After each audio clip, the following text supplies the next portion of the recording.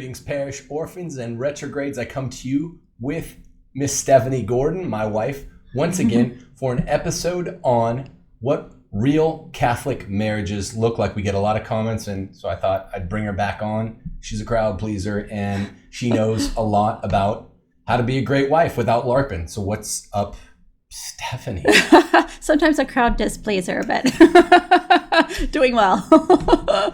No, I mean, hey, look, listen to me. Before we get going, people out there, the retrograde brand is sometimes you're in the sunlight, sometimes you're under cloud, sometimes you're in an outright storm. Life crashes up against you in terms of popular rankings and popular opinion and all that. So yes, of course, I wasn't planning to say this, but what you just said, Steph, is true. Sometimes if you're truth oriented, then, and we're going to say lots this video that I think will be really helpful to people about Catholic marriages. There's no one out there talking about it in a real way, but there will be some things that, because we're truth oriented, that might not have a tribe yet, and we're building a tribe for. So some things will be very popular. People love you for telling the truth. And people loved your Twitter account, ask your husband for telling the truth. But sometimes they also hate what you're saying. The truth knows no quarter. So it has a tribe with, the traditionalists in a lot of ways. But in other ways, sometimes where people are popularly erring, it doesn't have any. So we're talking about the good, the bad, and the ugly. But most off today, I don't know, without LARPing, how to do a real traditional Catholic marriage that, here's the kicker, one enjoys, one actually looks forward to, one is, there are times in self-sacrifice of a priest of the household, male householder, where it feels like a sacrifice. But I'm talking about the daily grind. This is why marriage is not taken to be popular in the secular culture. The daily grind should not be that grinding. We enjoy our marriage. What do you exactly say? And I think that there's this perception about Christian marriages, like especially in like the liberal media, that they're boring, that no one's like really like enjoys one another's company, that because of their aim for holiness that we don't have a spice of life in our marriages. And it's actually quite the opposite. And so I think that we're going to try to dispel some of that today, and then go over some of the some tips and some things that we've learned in our 15 years of marriage. We just celebrated 15 years, so we've learned a thing or two in our run in the sun here. Yeah, and some of these things I'd say we learned in the first 5 years, other things in the second 5 years, and still others in the most recent 5 years. One thing I will say though, on our behalf, is that there are people out there. Kind of as a concomitant to what I said before that I wasn't planning on getting into. You could say whatever you like about me. You can say whatever you like about us as a couple, but no one out there that's ever met us for an hour at a Catholic gala dinner or any of our friends for years would say that we don't enjoy our marriage a tremendous amount with all of its challenges. Some of its challenges are famous, the stuff we went through with Ab. Yeah. And we really enjoy our marriage. So you could say a lot about Tim Gordon. You can say less about Steph Gordon. Her character is impeccable. But kind of like I've taken to saying on Twitter, I may be wrong, but I'm not pandering. I might be an imperfect guy, but my marriage, my vocation is the thing that I put before everything else. And I really enjoy it. And I'd also like to add to this too, that I think a lot of people, when they meet us or they talk to us, or even just people who've just known about Tim, and then they've seen us, seen us in a relatively limited sense here together on these videos, they always assume that I was raised in a Catholic household, that I kind of came into a marriage, with some of the right ideas, and actually it was quite the opposite. And so I think a lot of people out there who've had some struggles, in the secular world, transitioning into a Catholic marriage, I know exactly what that's like. Right. I was raised by a liberal mother, a single mother, an atheist. And so a lot of these things that Tim and I went through in our first years of marriage, like we were going to talk about that here, but we had to learn a lot, especially me. I had a lot to learn when I first became a Catholic wife. And I think that, over the past 15 years, I've really tried to, look back on those years and see, okay, I've come quite a long way. So I think a lot of people out there would be kind of surprised what Miss Stephanie Gordon's what was going on in my head at first, but yeah. But even then, with all the amount we had to learn at the beginning, legit, like, it's not something I'm defensive about. I'm just saying we were less, and I was less good at it because I was a less serious Catholic then. But we always enjoyed it. And so that's where I want to enter. Point number 1, numbered points today. I want to give you the roadmap for how a day's roadmap within the marital vocation, how it should go. There are 2 aspects of this. I was thinking about it a lot this weekend. There is project orientedness, working on a project as man and wife. There should be one every day, even on the weekends, even if it's just, hey, we got to get our kids to the park and whatever. Project orientedness is a continuum that gives rise to play orientedness. That's even, I'd say, even more important within a marriage. Let me explain what I mean. Every day should start out where you're like, even if it's a Saturday and really all you have to do is get the kids to the beach for the first half of the day. That's kind of a project, right? We don't have that problem anymore now that we're in Mississippi. Yeah. But like, when we would think about it, we'd go, it's a big undertaking with 6 kids. And I guess the fallacy that we're up against for this entire video and our entire worldview is letting the project orientedness of the vocation consume whole the play, the sense of play. It's like you got to work hard together, play hard together. It's an old Simpsons Exactly. joke. I think that, like I said, back to my original point about this conception about Christian marriages being bland and boring. Yes, of course, as Christian Catholic marriage, in a Catholic marriage, we want to always be striving towards Christ. We always want to model everything that we do to please our Lord and Savior. But also, you can have fun together, and you can have joy and happiness in your marriage. More than you can. More than you can. This is what I'm saying. The project orientedness of a marriage. I'm giving you the man's perspective, and the man's the priest, the prophet, and the king of the household. So in a certain sense, the man's perspective is what governs in this area. It's not just you can also play hard as a couple, where you have this most special friendship, the most special friendship on earth, where you can do it in addition to being project oriented and working hard together at your vocation on raising your kids and educating them. You must do it. It's constitutive of doing it. So every day I look at the roadmap. You begin and it's like, okay, at least the morning part of our day, whatever we're doing, even if it's a weekend or we're just doing homeschool on a kind of easy Friday, we're a little easier on homeschool Fridays, right? Mm-hmm.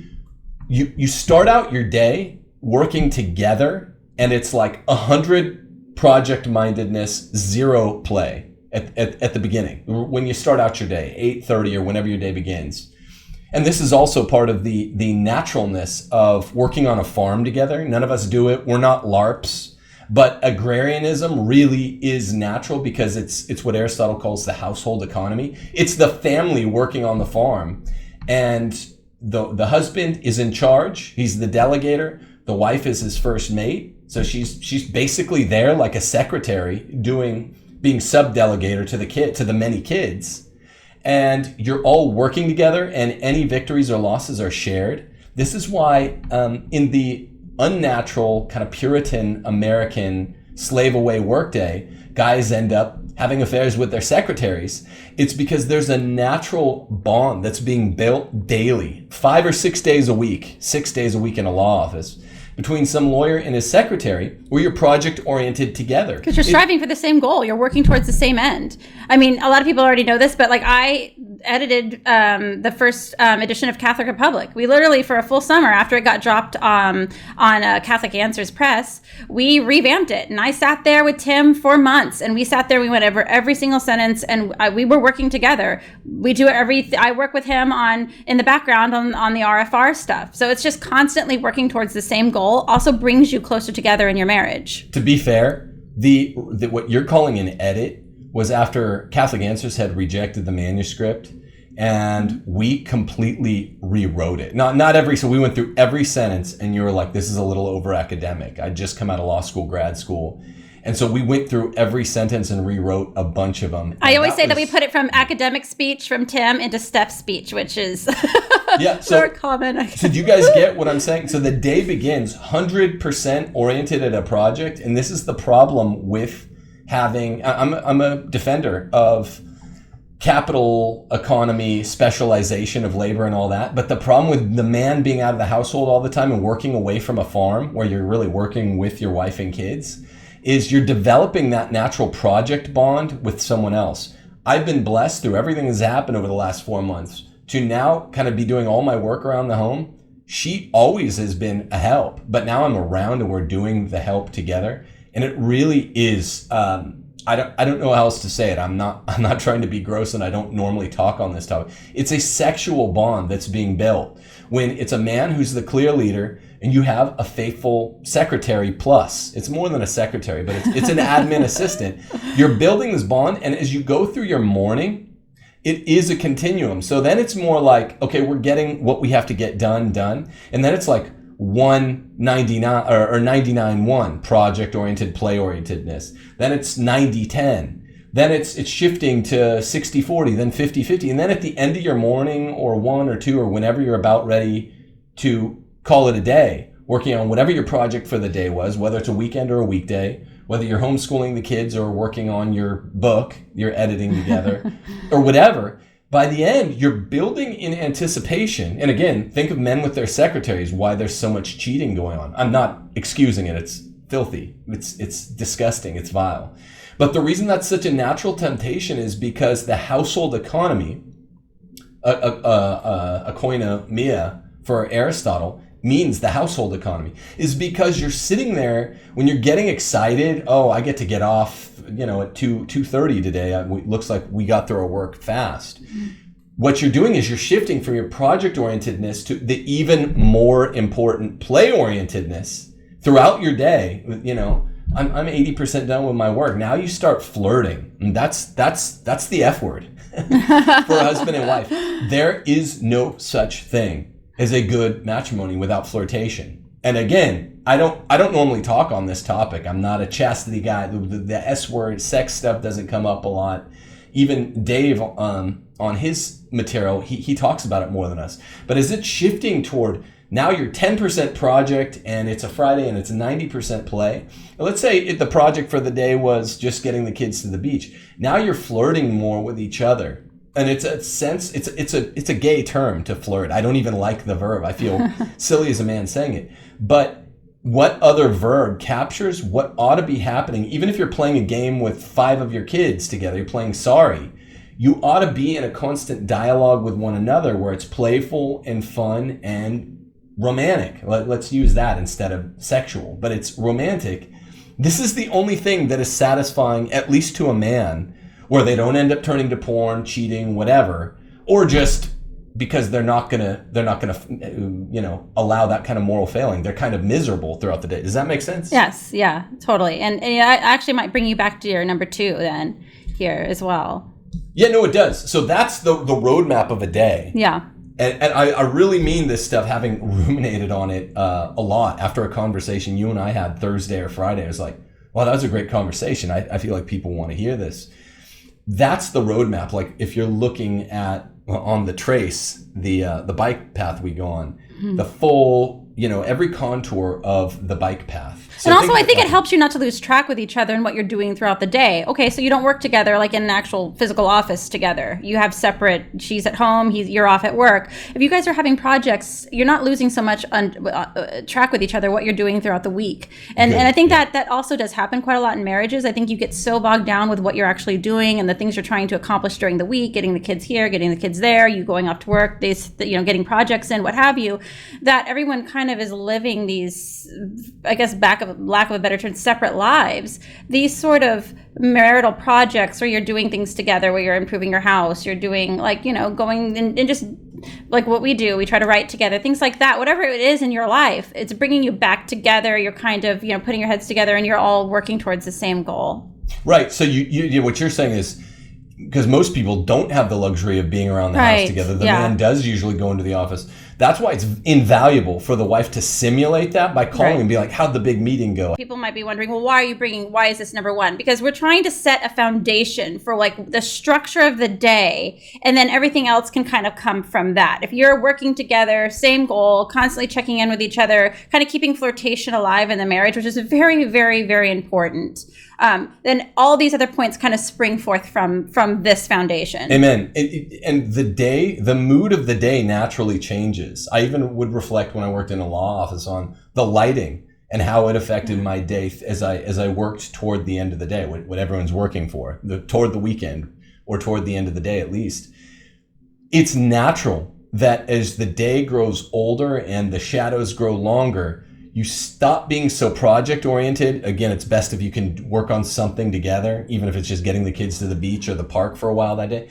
And you start flirting, and you're flirting more. And I'm not trying to be gross, but people's moods naturally change with the onset of night. Well, it's just affection. So everybody loves to have affection, especially from somebody, your spouse. You're supposed to be keeping affection alive and well in a marriage. And it's just affording more opportunities for that to happen and not letting those things pass. Because all of us know, being in marriages, and many of you out there married 3 times longer than we have been, that like, sometimes you get into a lull. Sometimes you're not really communicating well. Things Some aren't of the like people clicking. Out there have been married 3 times more than we have been. Oh, did I say less? 3 spouses. Oh. No, the ones with the good experience are 3 times longer, 45 years. The ones with bad, unformative experience have been married 3 times more often than we have, more frequently. Yeah, so I guess this is point number 2. Now we're honing in on the end of that bike path. And again, this isn't like I'm a philosopher, lawyer by trade, so I'm not used to talking like this. I don't talk theology of the body, but as the day grows to an end, and we're talking about something that in theory, right, should be daily, just this path. Whether it's a weekday or a weekend, whatever your job is, you want this to be daily. By the end of the day, when you are putting the kids to bed, before that though, even before, when the kids are around, you're flirting in a codified way or whatever, having fun, like messing with one another, teasing one another. Now, however you do you as a flirtatious guy or girl. Like for me, I poke fun at Tim all day long. And vice versa. I think that's how most people do it, is you talk smack. Right? We're children of the 90s, so that's our language, is just constantly making fun of stuff. But so let's take that as the model. We'll just say that anytime we say talking smack, it means playing, just dissing the person a little bit. That's also kind of narrowly tailored as an example of flirtation. Right. To this end of the day stuff where it's like, all right, so now we went from 100-0 project orientedness, play orientedness, to now we're coming toward 0% project orientedness, and we're going to focus exclusively on flirtation. That sounds like the kind of sexual process throughout a day where you're focusing more exclusively on romance. One-on-one, there's no more projects, the kids are in bed. This ought to be a daily thing where it's beautiful. Once the kids are in bed, you can literally focus exclusively on each other, and phones and still projects are poking their heads in that shouldn't be, shadows of what was going on during the day. You ought to be focused on each other and flirting. And the problem with a lot of faithful Catholic and even Christian people is I don't know if they are willing to be as flirtatious or as, I'm just guessing, as flirtatious or as, mischievous, let's say that, as what it takes to keep both parties mutually interested, especially the man. I don't know, people are going to say, oh, it sounds like you're excusing moral shortcomings on that basis. No, you can't. You just have to have a boring marriage if you're going to do it. But of course, that's why the secular world characterizes, without some real mischievousness, that's daily, that culminates in the Rose Nyland theoretical daily marital act, which is a high bar for anyone. Then, of course, the secular world's going to point young men towards thinking marriage, that's boring, right? Because men are oriented at flirting with girls, at, kind of using come on and flirting with them, and viewing each kind of new instance as a challenge. If you're not doing that with your wife, you're doing it way wrong. That's exactly right. Yeah. So I guess that's a nice transition into our number 2, which is Catholic Puritanism in the bedroom does not work. So I think by that we just mean like it's a real, you have to really be paying attention to each other's tastes and preferences. And, you know, especially men, I'm big on this point that men and women have very different souls. And that's even how we relate to each other in marriage and the things that we expect out of each other in a marriage. Like women are very more of the mind of like, you know, security and, you know, wanting protection and these sorts of things. Typically, men have a whole other different list of things that they're looking for in a woman. And so that both parties have to be honest. And both parties have to be honest. Now, this is a big thing. Now, this might be like point number 1 where people start getting their hackles up. But, you know, if my husband likes a certain type of outfit, I'm going to wear that outfit. If he doesn't like a certain type of outfit, guess what? I'm not wearing that outfit because I care what he thinks. I'm supposed to care what he thinks and him alone. So you're constantly, I think, if you're of the mind that you want your happy spouse, you are thinking about their preferences. You are thinking about the things that they enjoy and the things that they like, and not just kind of forging ahead with some bullheaded notion that, oh, well, they'll just accept whatever I give them. We all know how marriages like that work out. I'm sure lots of people have seen how that works out in their own family. They don't end well. Right. And to have the opposite mind frame is actually, in an analogous sense, it's a contraceptive mind frame. Mm-hmm. Again, we all know about the duties imposed on both husband and wife. It's actually a mortal sin to ever deny the person access to the marital act. Mortal sin. Yeah. Similarly, it's contraceptive to deny your spouse, husband or wife, if they like, a certain outfit or whatever, to help, grease the skids, let's say, then it's nothing but contraceptive to be like, okay, well, we owe each other this marital debt of the marital act upon either party demanding it. It's not a man thing. Because you're trying to, again... But also you're trying to grease the skids, and so it goes along. For a lifetime. And that's the thing. It's like, hey, we're Catholics, and we believe until death do you part.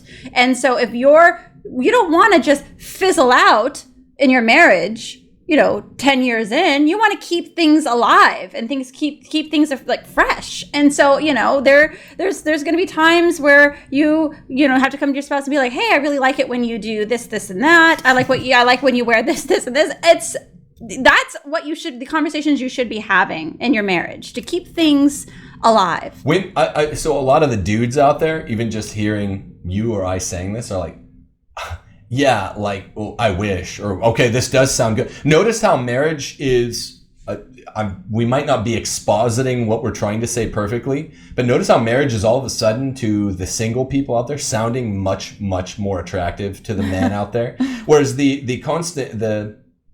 abiding narrative in the popular culture is like, well, women want marriage, men don't. Because men like to be, so mischievous, they're chasing around the skirt. We always call this the Ned Flanders view of Christianity. Like Ned Flanders will be like, cornstarch, it's good for keeping down the urges, that kind of stuff. It's just this Christian perspective. Because again, everybody, this is what liberals like to do. He's not wrong, by the way. Oh, yeah, well. This is what liberals like to do. They like to paint Christianity as boring and lame and no spice of life. And this resonates with certain, I guess, less intelligent people. And it's our job as Christians to be like, no, marriage is great. It's the best thing. And half the religious people, Christians, Protestants, Catholics, Novus Ordo, and traditionalists are out there affirming it. More than half of them. They're like, yeah, that boring picture of us, that is us. You nailed it, liberals. You nailed it, secular humanists. Spot on. Never. I mean, like, you guys know this isn't my attitude outside of the sacrament. So getting to the sacrament, we're zoning in on the end of the day when it is you two. It's like, grant requests. I everything aside from the drug reference of Billy Crystal at the end of the analyze this, the very last scene, is a psychotherapist when he's like, do whatever it takes that's moral, that doesn't violate Catholic teaching, to to turn one another on, to have fun. You only live in the flesh once. That's a modification of YOLO, which is ridiculous. But it's like, have fun together. What else is there, man? I mean, and if you're each growing a little long in the tooth, a little large in the waist, say, hey, does this bother you? Men ask women that, women ask men that. It's all about you two. It's all about you alone. You relate to each other better when things are working in the bedroom by about 10 times, right? And men have to ask women too, because they have a whole different, you work all the way different down visually, we know men are really, things are important to them. You have to ask what's working, what's not, what's pleasing, what's not. As long as it's kosher, that's not what this show is on. No, I mean, I think ultimately the overarching point is that God gave us this sexuality within marriage to bring us closer together with our spouse, and of course, bring forth children.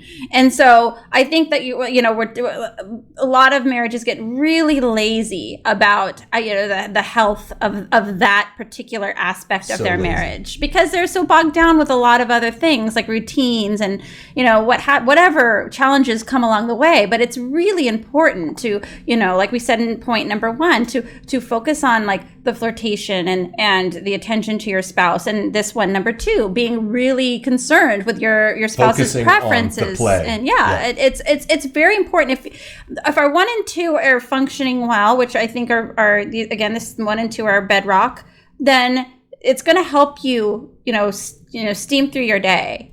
Yeah, with verve. I know for the men are like, this sounds like something I would be into enthusiastically. Like, where can I find a woman like this? It's like, look, neither of you, men, women, no one act like a giant contraceptive. Just you're trying to turn each other on throughout the day. You got to get your stuff done, right? No nymphomania within marriage. But you got to. That would honestly be great if you could work through everything and still. Be showing up the Rose Nyland standard by tenfold. No one can do that though. You got to get done what you got to get done. You got to take care of the kids, change the diapers, homeschool them or take them to school or whatever else. Meals have to be prepared during the day. Earn your bread, make your bread. Yeah, but dude, you only have one marriage. This is your best friend, and you should absolutely, none of you be a contraceptive. Just please each other. That's so important. So the play is actually more important than the work. Play together is more important than work together. And this is also why, can I just make a side note and say, I know when I was on Twitter all those many years ago, I remember there was lots of controversy about women coming out and saying, Steph Nichols was one of them, like, I care what my husband thinks about what I wear. I like to wear things that he likes. And people just totally flipped their top over this. The contraceptive. And I'm in the background going, I bet you these people have really fun marriages or really happy marriages. Like, are these women that are like, oh, I don't care what he likes. I'll do whatever I want. I'm like, I'm sure you're a really great wife. I'm sure you're oodles of fun. The point is that you want your husband to like what you're wearing. And he wants me to like what he's wearing. And so, a lot of times we'll get these comments from people on the videos like, oh, cut your hair, Tim. It's like, guess what? I like his hair long. So guess what? His hair's long. Right. And yeah, not in a femi way. No, and I don't mean any of this to say that I'm like telling him what to do. I'm like, what do you like? What she does not like when I try to grow a mustache. Can I give a funny story about that real quick? Yeah. Just aside, like a couple of years ago, Tim had this debate with an atheist at his school at Garces. And right before the debate, he was trying to get ready for this thing. And this is my grandmother, who we were talking about in the other episode, was living with us. And the funny thing is that I'm having dinner ready. We're all sitting around the table waiting for Tim to get home from work. He was a little bit behind schedule. And so we're all wondering where he is. So he walks in the door and his once beautiful long locks were completely shaved, like close to his head. And I swear to you, with a 2-guard. It was like, I could see like his skin. I was like, oh my gosh, what's happening? Everyone at the table, all the girls, it was me, my grandma, and our daughter Maggie. All of us just started crying. And my daughter Maggie would not talk to him for like, what was it, 2 days? She was devastated. Just devastated. Very, very close with all my daughters. Yes. Young Maggie, but she'd never just not talk to me like that before. That was the last time I ever. I used to buzz my head as a basketball player, and I tried it that one last time. Never will do it again. Not because they weren't mad. No. You're making it like a joke. Yeah. I don't like. It's not just a woman thing. Everyone knows I'm the ultimate Catholic anti-feminist. Oh no. But I care about your opinion, and how often do I ask you? Oh, you like that Adidas shirt I sometimes wear? You constantly asking each other and checking in with each other, like, hey, like, like I'm thinking about getting a haircut or whatever. That's just consideration in a marriage. If you want this thing to have legs, last. You want to do these things. You want to keep up on appearances and the way that you're relating to one another and the way that you're talking to one another. These while things not matter. hating your life. Yeah, I guess you could do it. Why would you? This is why play is more important than work. Why would you do that to yourself? You're like, technically, in a vacuum, theoretically, could one be a giant contraceptive, say no to their spouse all the time to you know, sexual romantic stuff, and be saying no all the time, be rude, but technically follow the rules, technically go through with the marital debt, but just make it boring and drab and routine, and both of you live all of your lives together and die together? Yeah, it's not going to be much fun. I mean, it's just a fact. Steph doesn't like to drink. I try to get her to drink more because on the same reasoning. I'm chipping away, but she doesn't like. It's kind of just like, dude, I don't know. There's a million things to be stressed about, a million things to be mad about, a million things to be worried about. Let's just, you know, have faith in God. We're doing our best we can on our path. We put in a good day with the kids. Let's have 3 drinks apiece and just make fun of each other until when men and women make fun of each other affectionately, you know where that's leading. Let me also just pipe in and say here with the whole making fun of things, we have a whole other point coming up about speaking badly about your spouse. We do not mean that. We just mean good-natured ribbing, you know, like you say flirtation all the time. Yes, thank you. Okay, so I think, did we cover that uncomfortable number 2? Yeah, because that's not a topic either of us address typically in public. One quick caveat, then we're done with 2. There's a challenge to this. A lot of young people out there are walking around with trauma. And particularly women are like, I was either had a bad situation with a boyfriend, daddy drama, all the way up to rape or date rape. No, you know, it's serious or whatever. It's serious. So they say it's hard for me to be affectionate. Okay, so again, we can't speak to every particularity. This is how phronesis, it's the Greek for prudentia in Latin, works. You have to apply the strong wisdom we're dispensing here with point number 1 and point number 2, that you can take to the grave. And if you want a happy marriage, be as sexy as you can, but you have to work it into your day. And on your point, I'd like to add to that and just say that I think all of us have our shortcomings and our problems and stuff in a marriage. And like I said earlier, like I came from an atheist, liberal, feminist household. Yeah. So I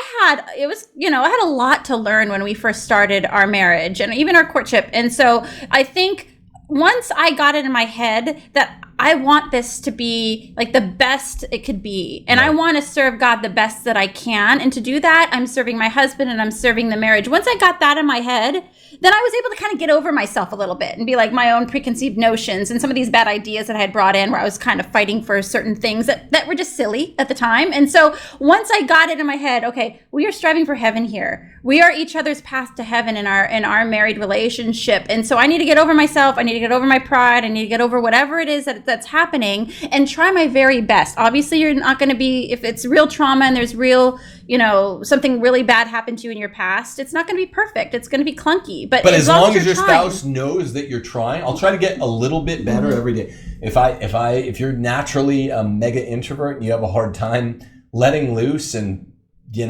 like whatever, being really flirtatiously romantic in the bedroom, that's fine. Even if you say, I'm going to make a millimeter of difference every day, but I am working at it. Mm-hmm. That makes all the difference in the world. Even if it's barely noticeable, as long as your spouse knows, like, hey, they heard me out. They're trying to get a little, like, whatever, a little saucier. And they're heeding when I say they like this, they're heeding me when I say I like this or that. Because we have a problem. I know Matt Fradd is big on this. Pat Coffin talks about this a lot. We have a pornography issue in our country, an enormous one, a humongous. With married men. With married Christian men. I mean, it's an enormous problem. And obviously that doesn't wipe out the culpability of the men who are doing this. But wives, if your husband is having this issue, you do have to help him along and doing things, making sure you're keeping up your appearance, making up your hair, all these things helps your husband who's dealing with these addictions. Let me stop you right there. People are going to jump on your case for saying you have to. You don't, morally speaking, have to. To take it back to what I said 2.5 minutes ago about why would you not? Right. Morally speaking, no, you have Right, to it's do what you on have to him. do. It's on him. It's on his shoulders. And, women out there are going, oh, my porn-addled husband, this little pervert, I'm not going to dress up like his... That's not quite what we're saying. It's partly what she was saying. It's just, why would you not want to do it? I'm saying doing you can literally everything help that him. you can on pray for your husband, do all these things that you can do. Obviously, at the end of the day, if he wants to commit a mortal sin, that is on his soul and he has to deal with that. And that affects you and your self-esteem, all of that. Obviously. But it could be a contributory factor. That's all we're saying. Right. It could be, if you're like, I'm going to dress like Angela Martin from The Office and behave to my husband the way Angela Martin behaves towards Andy when they're engaged, that is going to exacerbate in a clinical way, in a clinical, practical way, his moral theological problem with porn. So that's I think, number 2. I think that's enough. Yeah, a lot of people have trauma out there because we're so everybody messed up by the boomers and the bad generations that came before. Very few people are in the situation to even do this without blushing a little bit. But that's why we were like, it's enormous. We were kind of debating whether or not we could include this. It's a humongous. It would be almost a disservice not to address this. So here we are getting like a little bit blushing through it. But no one's ever seen me blush before. Because it's important. It's not comfortable to always talk about, obviously, but it's really, really, really important. Surprise each other. Yeah. Play is more important than even the work. So that's the overview, right? The map with all the little contour dips and the bike path. We have ours. What we just zoomed in on was the end of each bike path day where you get your bread of heaven for nourishment, right? At the end of the day, usually in the normal structure of a day, where it keeps you going. We're going to talk about next is fights. And these will be quicker points because now we're just fitting these into the superstructure of your day. The fights are like the little detours you take because the bike path got flooded, so you have to go around. Or there's a giant copperhead snake in the middle of the bike path, so you have to get off for a second, or your kid has to take a leak in the woods from the back of your bike. True story, happened 3 days ago. Yeah, when we do this little bike path. So, so what is the number one rule about fights? They happen. Steph is really good at talking about this. Yeah, because we get a lot of emails from young couples that are saying things like, "Oh, I'm thinking about popping a question to this young lady, but we seem to be fighting more lately." Guys, fighting is normal. You should be having some fights. Now, obviously, everything has to have an asterisk next to it. There's definitely a level where it's unhealthy, but we get emails from people like, "Oh, we had an argument. I'm dating this girl and we had an argument, and I don't know, this is a bad sign." You have to have these sorts of conversations, fights, whatever you call it, to iron out the wrinkles and to find out if this is somebody that you want to have a relationship with. And also, it's also a good indicator of how somebody is handling internal conflicts, because this may be a shock to some people, but there's a lot of that happens in marriage.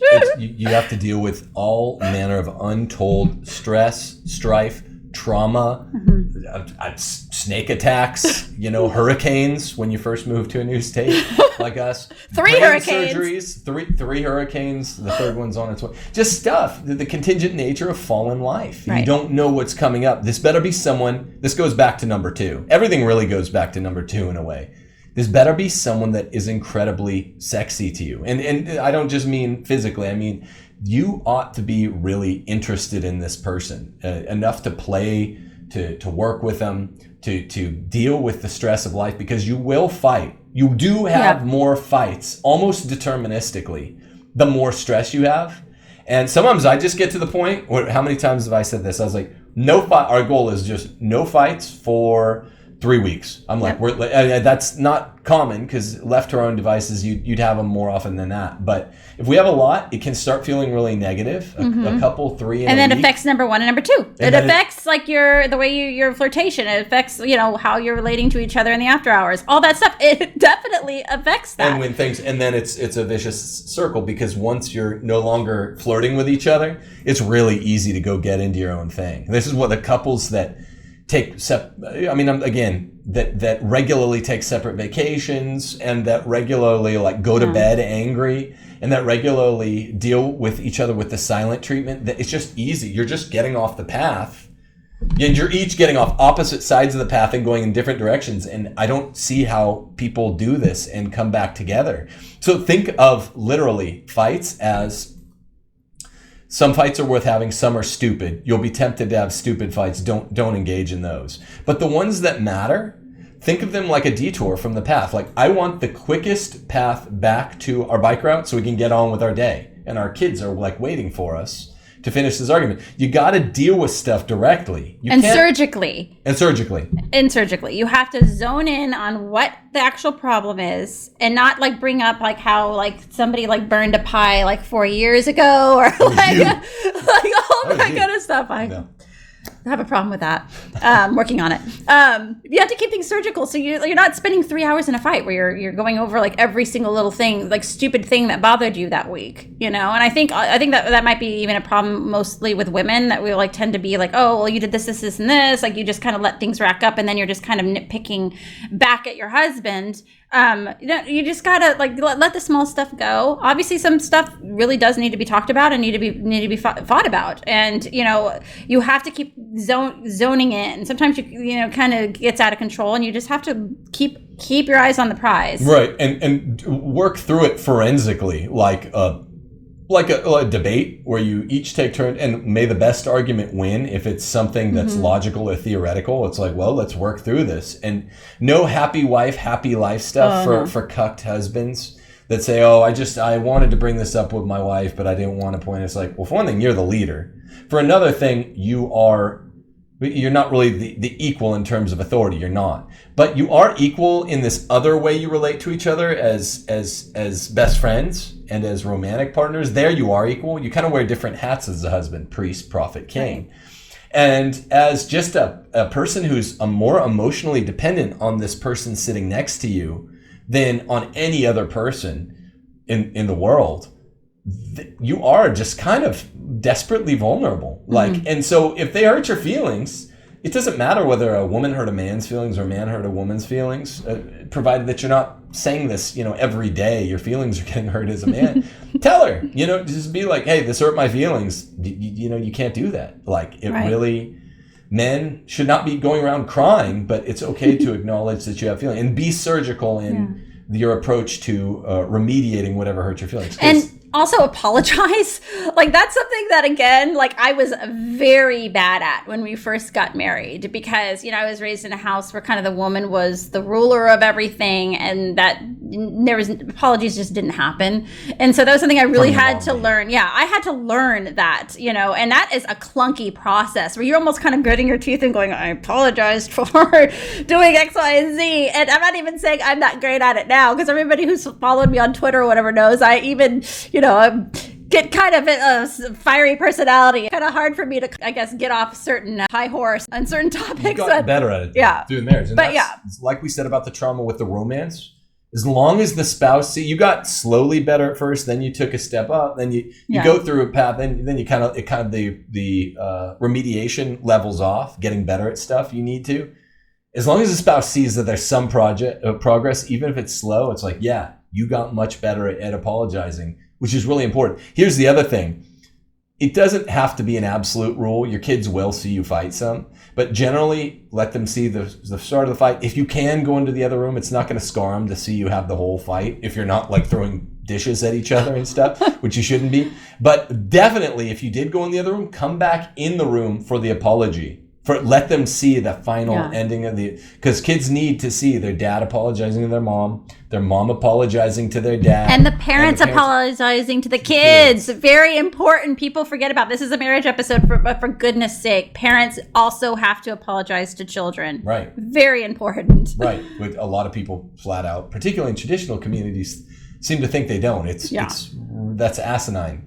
That is what creates this kind of waspish Protestant type culture of thinking the authority figure just never apologizes to the wife and kids. Apologize to the wife if you're wrong, not overboard, not happy wife, happy life. Ugh. But when you are wrong, make it good, make it a good one, and apologize to your kids too, no less. But what you're doing generally is you're trying to take the quickest yet the most real, effective path back to through the detour back to the bike path, so you can get on with your day. And that's literally what it feels like. The kids are like, I thought we were going to watch a movie. You guys started arguing over what kind of popcorn we're going to eat. and something important like that, or whatever it is, It's like, it's literally, we have to get back to the path. If it's not one of those stupid arguments that you can dismiss out of hand, if it's topically important, then go through the logic really fast, hopefully in 8 minutes, and then just get right back to the path. Can I just take a side note here? This is something I just thought of too, that like it might be worth mentioning. There have been very few times in our marriage where we've actually disagreed on a major move for our family. And I'm really addressing this more towards the wives right now. But on the occasion that it had happened, wives, you have to defer to your husband's authority on those issues. So your husband is the head and the priest of the household, and he has the authority over the family. And so, at first for me, that was kind of like, oh, that just felt so, I don't know, just counterintuitive, just to kind of lay down my arms and just be like, okay, fine, like we'll do what you want to do. But that really is the Christian model, that the husband does have ultimate authority over, the decisions of the family. If you have a nice, loving husband, he will, consult you on those things and say, well, what do you think? And what are your opinions on this matter? But ultimately the decision does lie at his feet. Yeah, most of the times he will. Yeah. And if every once in a while he does, and it's like, I'm really not used to disagreeing with you about aesthetic matters, ethical matters, spiritual matters, practical matters, recreational matters. Where should we go for vacation this year? We really do have the boon of the headwind of we agree, or tailwind, I guess. We have the tailwind of we naturally do agree a lot. Like some people just, that's a boon, that's a gift, whatever. We partly grew up together. So that's nice. But even us, sometimes when we went to Italy, all the way. When we first moved to Italy, pretty much that's the one time. Yeah, he wanted to move there to start his education, and I was just didn't want to leave America. I didn't want to live I've lived in foreign countries before. I wasn't anxious to do that again, and so I really didn't want to do that. But ultimately, you loved it. Yeah, and then he was right. You were like, he was right. You were so proud, and it was just so fun. Oh yeah. Yeah, that was the other thing. So that brings us to, we'll skip to this one. We'll do 4. We went to Italy, and I was going to work on the doctorate. I ended up just getting the licentiate. Our 3rd year of marriage, after we'd completed 2 years, me working 2 school years. Mm-hmm. And that 3rd year of our marriage is where we made, I think, more interpersonal progress than ever before. We were always close. Yeah. We were from the same friend group. I knew Steph from the time she was 18 and I was like 19. So we were always close, and we were really close in the friend group. That's kind of how our romance bloomed. Which is a whole other story. Whole other thing. But still, then all of a sudden, and you were never, for the record, you were never a liberal, secular humanist, atheist like your mom, but you did. It's hard to know when you had a parent inform your psychology from day one on. Mm-hmm. It's hard to know that you denuded yourself, stripped yourself of all of those trappings of their bad formation. Right. So that's what you meant when you said it was hard. So we had to be our own island, and we couldn't effectively do it living in the same town as either of our parents. We were living in the same town as my parents, and it was just best to go to Italy, and we were there all alone, and we felt the day's structure of work together, play together, depend totally on each other every day. That's right. Yeah. So I guess number 4 would be your own island, be each other's best friend, number 1 fan, biggest supporter, all of that. Like it is your island. Barbecue. Yeah, it's your barbecue, friends. Like when you're in a marriage, like that it is you two against the world, so to speak. It is. And a lot of people have seen that in our case. Anytime anyone ever would go after you, I'm always just like, what did he just say about Tim? Like you have to be each other's best friend and advocate. Supporter, advocate, best friend, prank partner. You should if you're having fun, it's your island. Just you two, nobody else. I'm not talking parents, in-law, who cares? They're all gonna have stupid ideas. I don't care. Even the parents that are the in-laws that you're close with, they're going to have dumb ideas. Yeah, please. Tell them that's dumb. That's this dumb. is the thing. Like couples asking, like I think there is a danger in asking too much for advice as a couple, because you do open yourselves up for like the parents kind of swooping in and giving some bad bad advice. I understand there are certainly there's situations where maybe you want good counsel from good people, but I think like right now in our culture, what's happening is that we're seeing this where a lot of young couples are just being inundated with really bad boomer advice constantly, and so you really, when you're your own island, like. For example, for Tim and I, there is a couple of relatives, like when we were first married, that really tried to like kind of stick their noses in and be like, oh, you should do this, you shouldn't do that. And I let them know, especially, and there's some on his side of the family, I let them know right away, like, no, that is not how it's going to work here. Like, I am not going to do what you want. I'm going to do what he wants. And this is an island here. You're not going to start like kind of penetrating that and like trying to get between us, which is a lot of times, like if you have kind of a hostile family member to Catholicism or Christianity, they'll notice how you run things in your Christian marriage, and they'll, kind of try to nitpick that, or, try to come in and divide that. You got to be like, nope. We are the unit. But even in Catholic homes, nuclear homes, family of origin homes. I mean, when the husband's parents were Catholic, the wife's parents were Catholic, or at least Christian. Even with boomer parents-in-law that were Catholic and maybe serious-minded Catholics, there is so much. We could do a whole show on it. There is so much toxin in the baby boomer generation. I know a lot of our viewers are baby boomers that are like, we're the exception, don't get mad at us. We know, but bear in mind, let's be clear. Every generation has its problems. We all make fun of millennials for a reason. We're millennials. Okay, I laugh at those jokes. So if you're a boomer out there, and if you can't laugh at your own generation, because there's some funny things about your generation, boomers, let's just be honest, like there is with every generation. It's come on. It's more than that, though. There is something sui generis about what was happening in society for, in the formative years of the baby boomers, and the greatest generation. Those are arguably two of the most messed up generations on the household, on the structure of the household. No-fault divorce came in, contraception came in with Griswold v. Connecticut. The divorce rate spiked after both of those things came in, and porn became like a constitutional right. Those three things, and it destroyed the single cell of society, meaning I'm tempted to treat this like a fork in the road, where we say, okay, how would it be if society were a giant Catholic state and everything were functioning on all four cylinders? And how would it be, how is it now, where basically everyone's parents are giving them at least some bad advice? Money, don't have kids too soon, don't get married too soon, don't get married in college is a huge thing. The boomers love talking about that. I mean, it's just bad advice. A lot of it's just horrible advice. Here we are, 2020, society's crumbled, the cracks in the wall are clear, and I honestly think that leaving and cleaving the home is important for the human individual psyche and the couple's psyche, even in a perfect, like, integralist Catholic state in the medieval times or whatever. I think then leave and cleave from the Old Testament bespeaks something to the individual cell of society that needs to be like an island. I think right. Even in a perfect Catholic state, you have to be able to disregard what your parents are saying. The advice coming from the parents is especially nosy and especially wrong after the 60s, 70s, 80s. But I think it's always something that through divine revelation, our Lord wanted us to know. That your household should be utterly unique. Right, exactly. There's not that many times in our marriage where we actually really needed advice, that much. Yeah.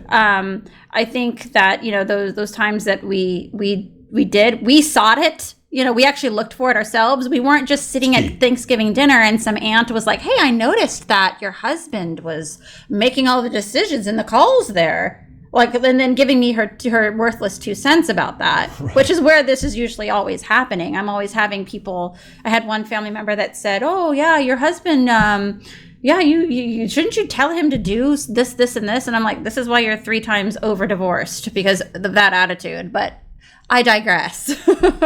You'll get a lot of advice once you start having kids or talking about having kids. Needless to say, probably only the non-serious Catholic non-practitioners will mention anything about waiting to have kids or not having too many kids. A lot of our viewers are traditional or semi-traditional, so they won't have to deal with that. But even then, there are some farcical there are some fallacious, farcical bits of popular wisdom that abide even among traditionalists. It's just like, leave and cleave is the official teaching of Christianity on, yeah, you still respect your parents, but a part of that respect is being able to distinguish, like, I'm not going to be like them this way. I am going to be like them in this other way.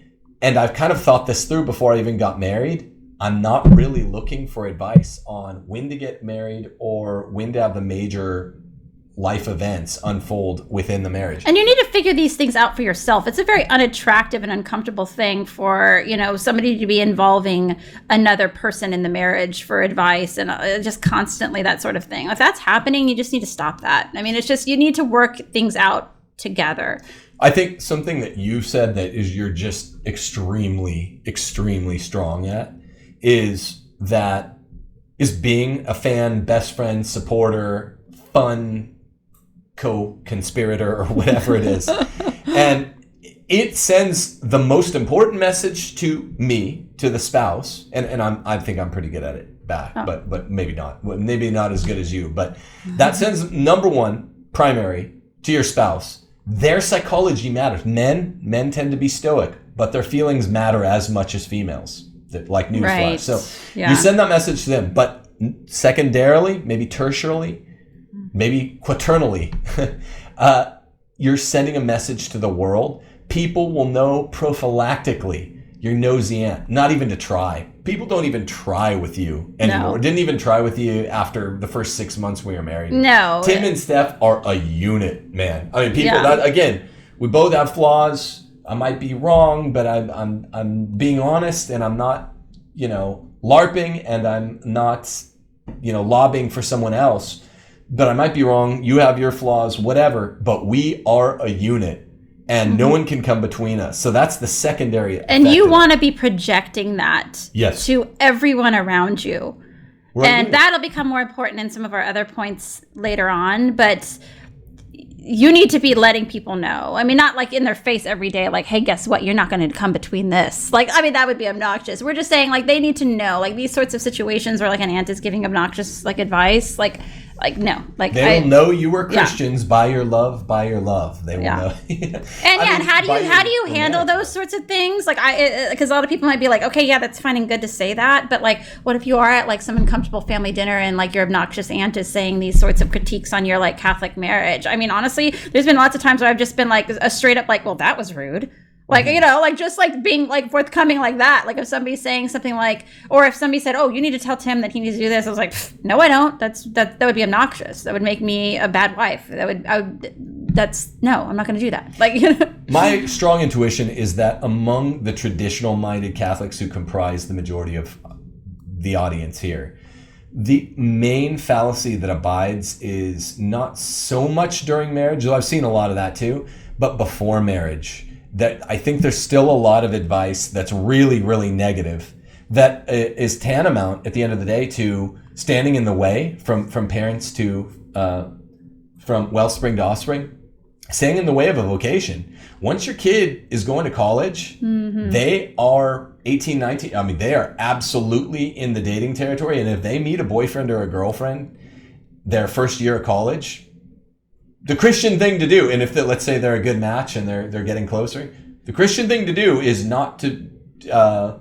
stretch that time period out to 4 years. Can we highlight that? You are not allowed to stand in the way of your kid's vocation. If your son or daughter meets somebody in college, oh my goodness, and that they're meant to be together and they're going to be a good Catholic family, it is inappropriate and crass for you, even as a parent, to step in and try to stop that vocation. Well, the Catholic Church, or to direct it. The Catholic Church, and I was trying to research it today, but I got distracted. In the 5th or the 6th century, it might have been the 4th century, the Catholic Church was the first institution in the history of the world to give to women the unique ability to accept a marriage proposal. Can I say that again? It's only up to the women. So if a young man and a young woman are together away from home at college, which is common, even if most of your kids go to Newman list colleges, they're away. And guess what? They're going to grow close. And the natural time period of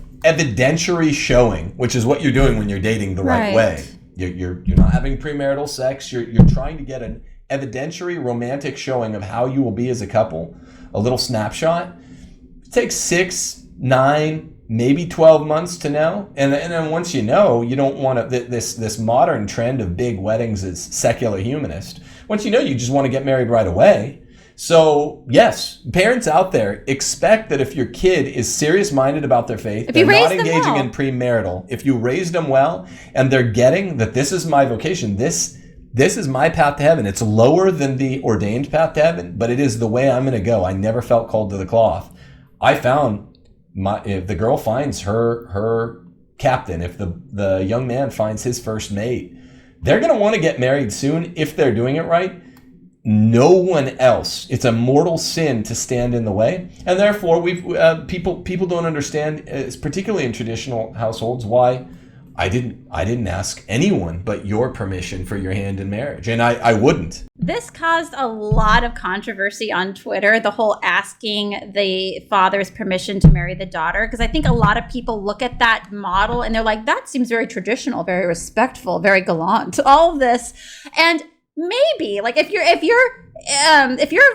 future father-in-law is a really respectable guy, I think the most that would be appropriate would be to tell him, like, hey, I'm going to ask your daughter to marry her, or to marry me in a couple of weeks. I just want to let you know. But asking permission is silliness, and this is what I mean. Because let's face it, if your father-in-law, if you go up to your father-in-law and be like, I want to marry your daughter, I'm in love with her, and I'm going to be a good Catholic husband to her and give her, a good life. And what if the father-in-law says no? Obviously, you're not actually asking his permission, because you're going to probably still go ahead and ask your girlfriend to marry her. Unless you're it's that's why it's ridiculous. People on Twitter just totally freaked out because it seems more traditional, like ask the father.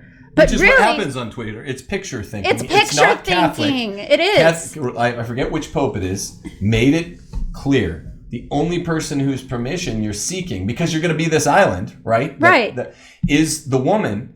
And no, I disagree. I would never even have told your dad, even if we were drinking chums, I would never tell anyone in your family before you that you're going to have the question pop to you, because that's disrespectful to the woman. Here I am, the anti-feminist, concerned about that being disrespectful to the woman. Listen to me. I didn't ask your dad for his permission, because what if he'd said no? I don't know. What if it's a 50-50? If he'd said no, it's kind of like what we say to the secular humanists in the store when they say you have too many kids, and you say, which one of my kids would you have me kill? That's what I say to all of them. If you tell me that I should have asked Steph's dad for permission to marry her, on the theory, no one knows because it didn't happen, so it's a hypo. If he had said no, then you're telling me that literally we shouldn't be sitting next to each other now. None of our kids should exist, and that everything we're doing is wrong. So that's the thought experiment that proves the Catholic long-standing tradition on marriage. It's an invalid marriage if a woman says yes for any other under any compulsion from anyone. From her dad, marry this guy, don't marry that guy, whatever. So and I think it also sets, hear us out, because I know a lot of you out there, again, this might be one of the points that almost everyone disagrees with us on, but just hear us out on this. I think it also just sets the tone. Yeah. Again, we're not talking about, people are going to be like, my daughter was dating somebody who was like physically abusive to her, so we really felt like we needed to. We're not talking about these sorts of about good relationships. We're talking about good relationships, people. I can't believe I even have to say this. We're talking about good relationships. People love to misunderstand. It sends a good message as the young couple to be like, we are leaving and cleaving. We have decided as a couple that we are getting married, mom and dad. We are letting you know, if you would like to support us, you are welcome to come to the wedding and support us. But this is the information that you have. Which is why, and kids also have to, like Captain Jack says, you have to know what a man can do, what he will do.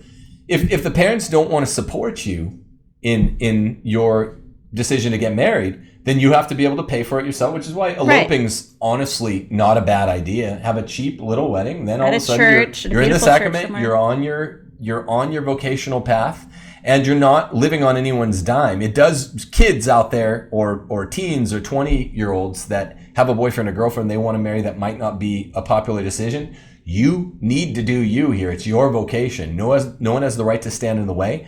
But two things. don't expect them to pay for a big fancy wedding, which are kind of gay and secular humanist and played out in 90s-ish anyway. I wish we wouldn't have had one.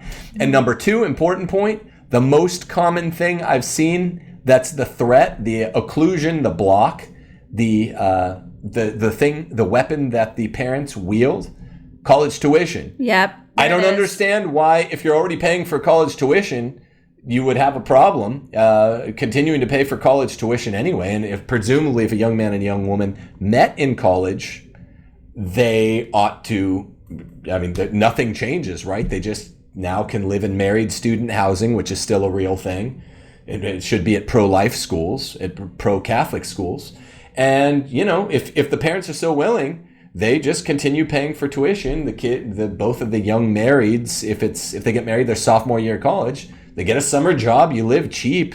Poverty is good for you, as Cardinal Sarah says. But even, can I just say this? Extreme poverty. Even if the parents are saying, if you get married in college, we're stripping your tuition for you.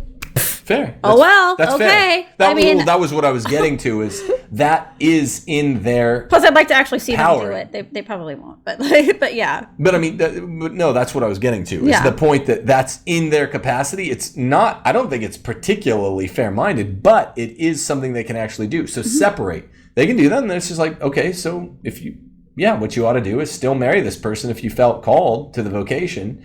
Don't wait 4 years. The relationship will break up. Again, but sending the message. Get a loan. You are the unit. Right. You are the unit. Ideas have very consequences. Important. Ideas have consequences. And this is how you ought to set off on the right foot of your vocation. It's like, hey, we each took out a loan for the last year or two of college, or I finished college and my wife didn't because she mainly went for the MRS degree or whatever. That's fine. That's your parents' decision. It's not their decision whether you ultimately get married. They can decide how much they'll endorse your tuition or whatever under that auspices. But bottom line is, it's an island. And make it a sexy, fun island where you're independent. You love your parents, but you have this attitude. Hey, I'd love for you to be there. I told your dad right after I popped the question. I said, "Hey, great news! Me and Steph will be getting married." And I think I did it over a beer. I can't remember what I did it over, but that if you're a guy that's going to, if you're the type of guy, which most guys out there should be, that is going to marry a girl regardless of what her dad says, then don't be a phony and ask his permission. Just tell the guy. Just be a man. Just tell him, I'm going to ask your daughter to marry me. Tim disagrees with me here, but if you really like your father-in-law and he's a really stand-up great guy, then maybe tell him beforehand. Tim, thinks otherwise, but. Tell him after. He thinks tell him after. You gotta let him know. You guys could tell each other after. Tell him after. We're not telling people not to keep their family in the dark and have like a Braveheart moment. Tell them afterwards.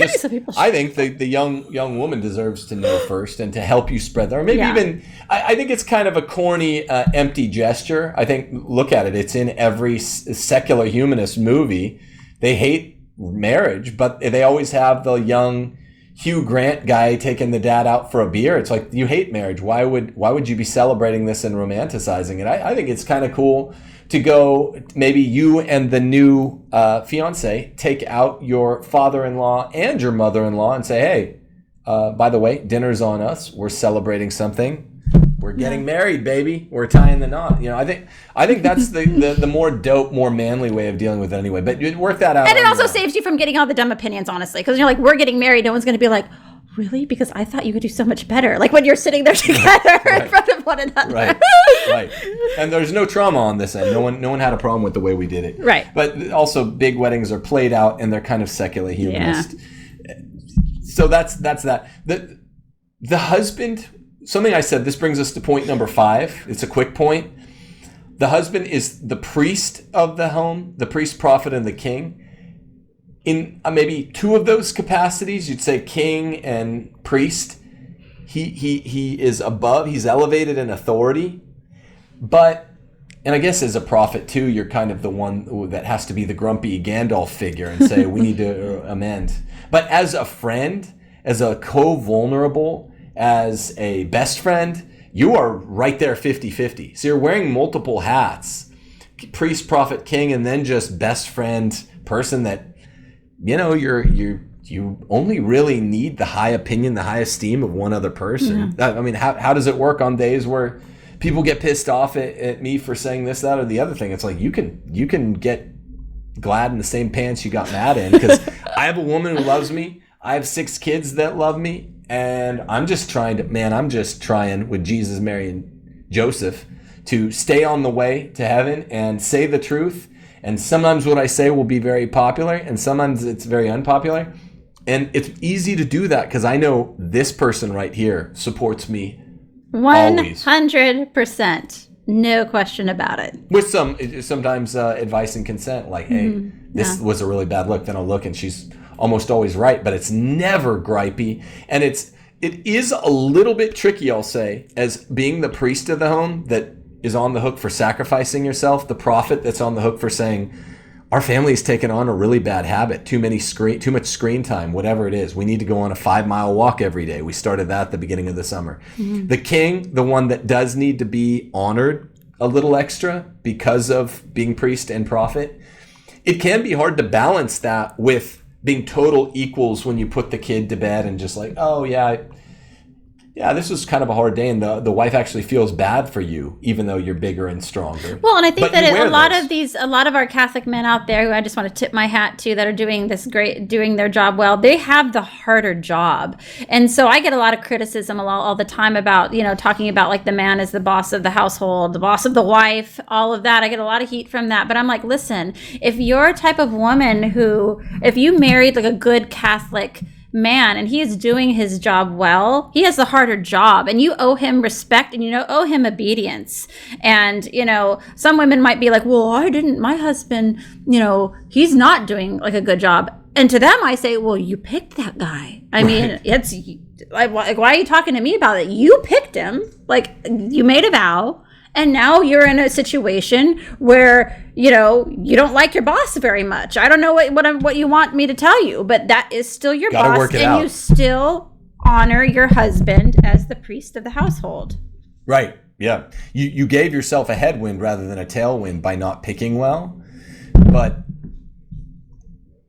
you gave yourself a headwind, not a tailwind, by not picking well, but you got to work it out at the end of the day. And again, it's still this island. It's not such a fun island for people like that, but it doesn't mean you can't make it a fun island. You got to construct some rides or an amusement park or a mini golf course. You got to make it somewhat pleasurable, somewhat fun, but first you got to work through the problems, coping mechanisms. Can I just give a funny story about like how like being the priest and the prophet of the home is so important? Like when we were in Italy and I had just converted to the faith, we had gone to confession, and really, really great. They have confession going during mass, and so I go in first, and the priest had asked me, and of course we're not fully on board at that point. We're doing well in our faith, but not great. And so the priest asked me, how long has it been since you'd been to confession? I told him, oh no, it's been maybe like 3-4 months or something. And he's like, okay, is your husband coming into confession after you? And I said, yeah, he is. And I was thinking to myself, I wonder what this is going to be about. When Tim got into confession, that priest let him have it. You should be taking your wife to confession. It's your responsibility and your job to be making sure that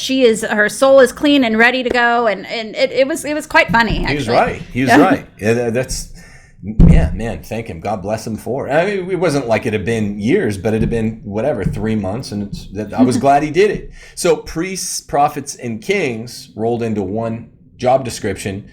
They take consent they take advice from other priests or prophets or kings, particularly the ones like their household priest. It makes it work really well.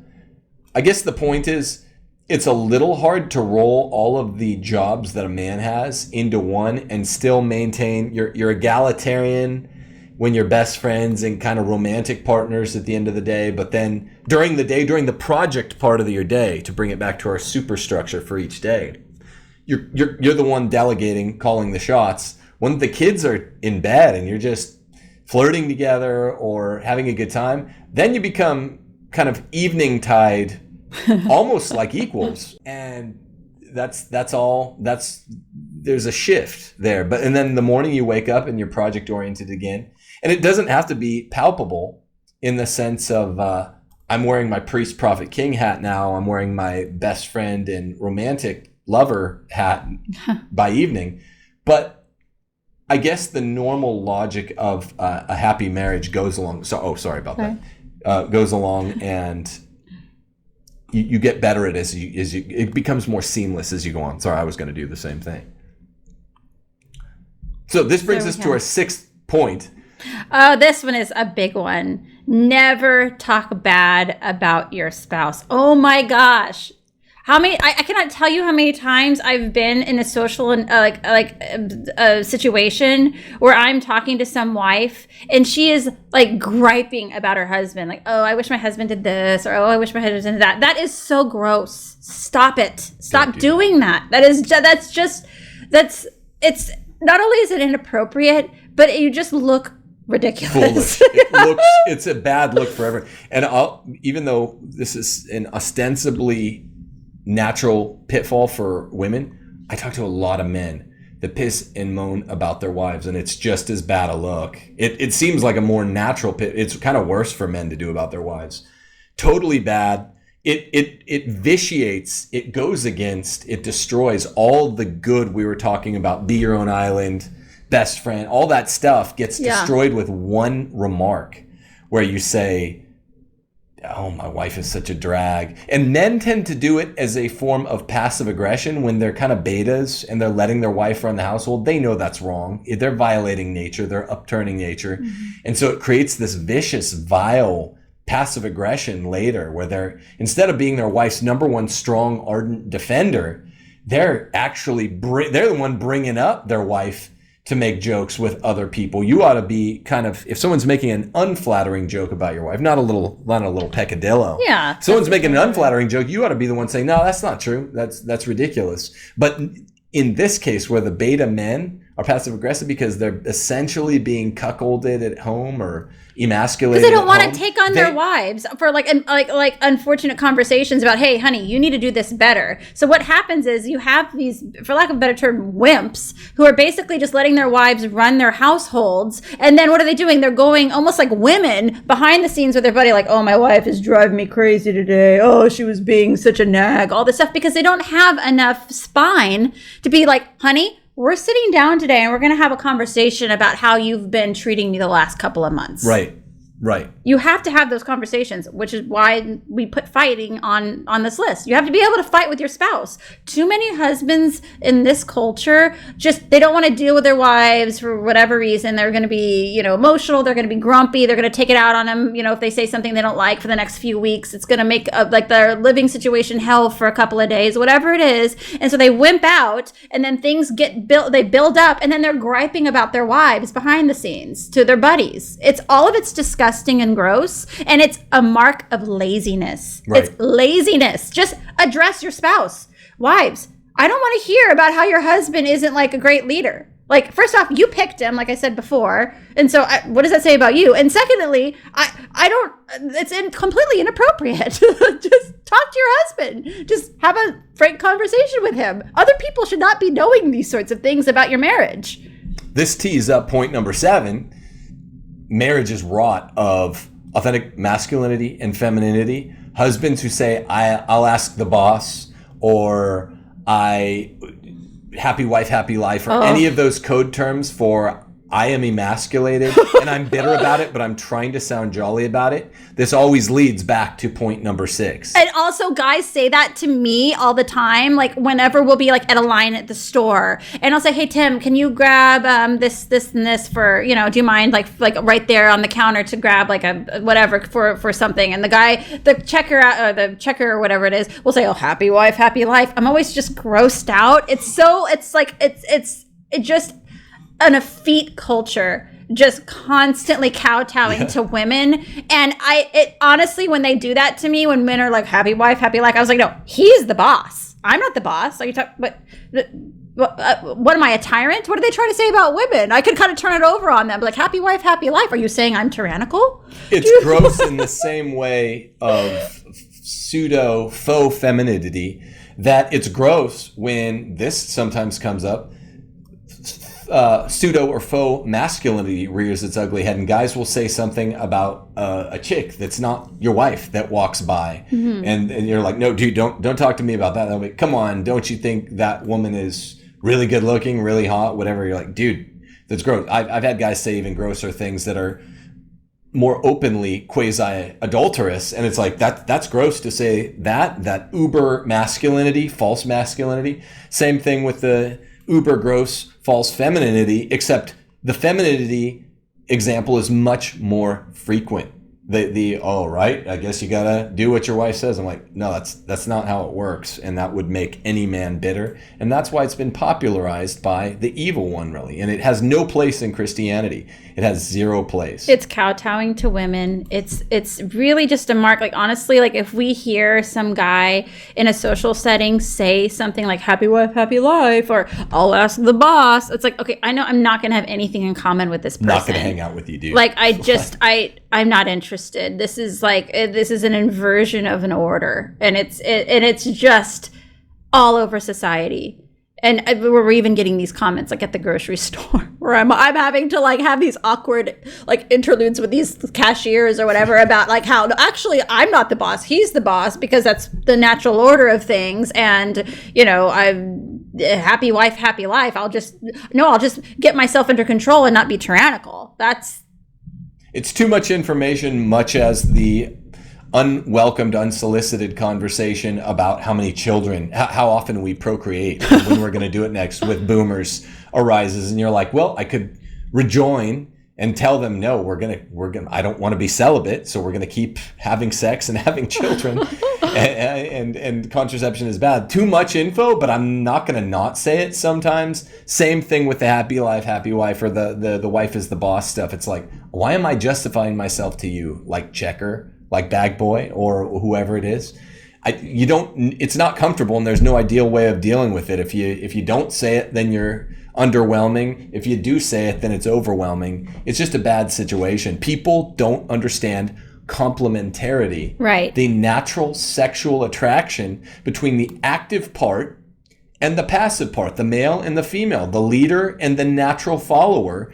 It's sexually attractive. It's romantically attractive for a man and a woman. A man is attracted to the woman's passivity. The woman is attracted to the male's activity.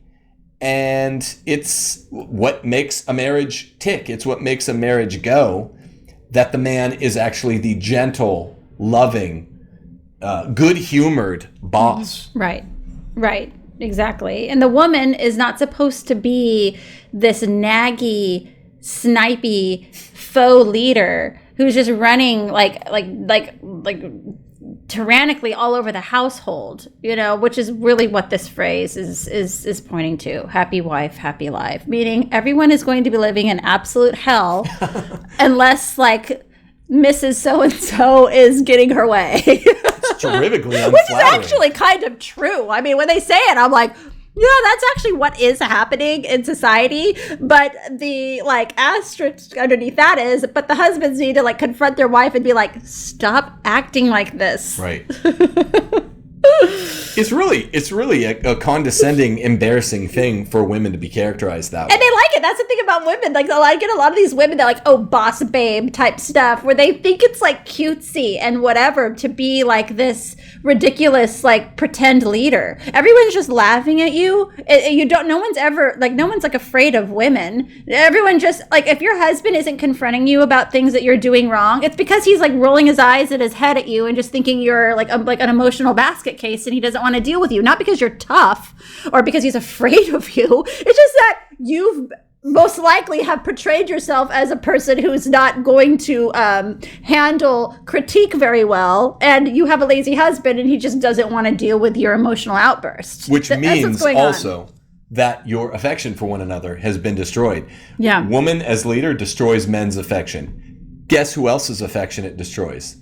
The woman's for the man. I mean, it literally, you're subverting nature and you're destroying each other's affections naturally, because nature made man masculine and woman feminine. And same as what we tell the trans lobby, right? This is the way God made us. Right. This is what we're telling the Christians that have inculcated a little too much feminism. This is how God made us. This is how much feminism has creeped into our society. Like, you criticize a woman at all, which, let's face it, women need a lot of criticism lately. It's just out of control. Women are just out of control in society, which is why we have an effete nation who says things like this, these phrases, and we have like husbands griping about wives all the time because they just don't want to take on the responsibility of the household, which is you're going to have to confront your wife every now and again and deal with whatever comes afterwards if you're trying to move your family in the right direction. Yeah, not every day can be your best day. No. You will have, this is what we said about some of the detours. Some days the detours will be bigger, and every once in a while, it shouldn't be that often, but yeah, the day's kind of just ruined it. We had to have this long talk and it didn't go well. Sometimes the husband's just in a bad mood and he causes it. I'm not saying all fights are the wife's fault, because that's not true. But sometimes, the husband is trying to be a gentle master, and it's just like, okay, I couldn't. It was almost a day-long argument. That's very rare. That is very rare. But it does come up that way, and that's a fight that was worth having because of your authentic masculinity, your authentic femininity was getting out of check. The complementarity, which is the wedding of both those points, was put back in place. And tomorrow we'll get back on the track and we'll get back to our project and play structure for the day. All this happens when, number 8, you are working on your marriage like it is itself a project. When you're putting each other first, not your kids. Your kids will actually benefit by husband and wife putting each other first. It's exactly right. Yeah, your marriage is the rock.